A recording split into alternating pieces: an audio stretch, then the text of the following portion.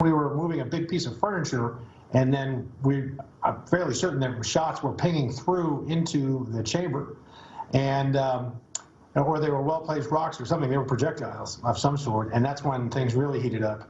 And I'm just so proud of what Tony Jackson and Ronnie Jackson, Tony Gonzalez, and Troy Nails did. They didn't hesitate while other members were being evacuated to defend and help the Capitol Police. By the way, Chris, they asked for help because they just didn't have enough bodies there to defend the chamber. Texas Congressman Pat Fallon, who joined our show a year ago today as the riot at the U.S. Capitol was going on. We want to welcome him back. Congressman Pat Fallon, Happy New Year to you, sir, and it's great to have you back. You and other congressmen, as you mentioned there in that soundbite, with military and law enforcement training, defending the House chamber. What are your thoughts a year later on that day? Well, Chris, thanks for having me on, and Happy New Year. Really, quite frankly, January 6th to me will always be the 12th day of Christmas. It was a singular day. It was an isolated event, and to have the left commemorate this as something like Kamala Harris should be ashamed of herself to try and compare last January 6th to 9/11 and Pearl Harbor, December 7th, 1941. That's just so outrageous. It's beyond the pale. And it was an unfortunate incident. And just like yourself, I have always condemned all political violence, as we should. Now, earlier this week, Liz Cheney told Face the Nation that the GOP has a choice to make. Listen to this. I think we need conservative, principled leadership, but the Republican Party has to make a choice. We can either be loyal to our Constitution or loyal to Donald Trump, but we cannot be both. Congressman, in my view, Cheney and crying Kinzinger, along with every other socialist on that panel, couldn't be bothered to act as our people are suffering from organized attacks at the hands of BLM and Antifa terrorists. Isn't their sad commission a testament to their elitist, let-them-eat-cake worldview? Well, Chris, they have a commission to look at. Let's compare these two. January 6th, there was a riot.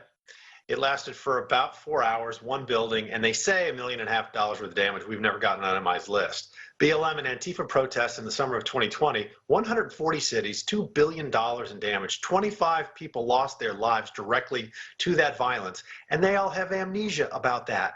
And to have Liz Cheney say, a member of Congress, and a GOP member no less, say that I can't be supportive of Donald Trump's political, let's say if he were to run again, I can't be supportive of him and be loyal to the Constitution.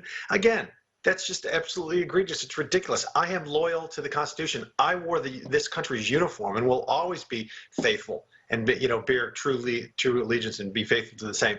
But I can also support candidates that, I don't know, put America first. Yeah, well, yeah, Liz Cheney and her friends on that panel have an allergic reaction to that sentiment of America first. Like guys like Congressman Benny Thompson, he basked in his role as January 6th Commission chair today. He said, quote, a black man from one of the most racist states, Mississippi, as it relates to voting rights for people of color, is now having to defend democracy in the greatest democracy known to man. It's kind of ironic, end quote. You know, aside from calling his state racist, is the January 6th Commission, Congressman, defending democracy, or are they making sure that no one ever gets into office pledging to put America first ever again? Well, Chris, I think you answered the question. It seems to be almost rhetorical. And by the way, we are a republic. We're a republic. We're not a democracy. And the Democrats constantly say that, probably because it's close to Democrat democracy. We're a republic for a reason. And we're the greatest republic history has ever known. And we're the most successful republic.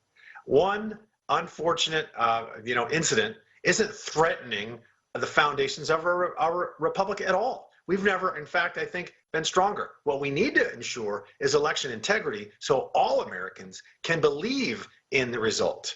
And that's why I'm a big proponent of in-person voting and putting cameras and making sure that Republicans and Democratic poll watchers can watch the process. Yeah, after what's happening in Georgia right now, the latest revelations out there, I think cameras are pretty important. Congressman Pat Fallon, Happy New Year to you, sir. Thank you for the service to the country, and we'll talk again soon.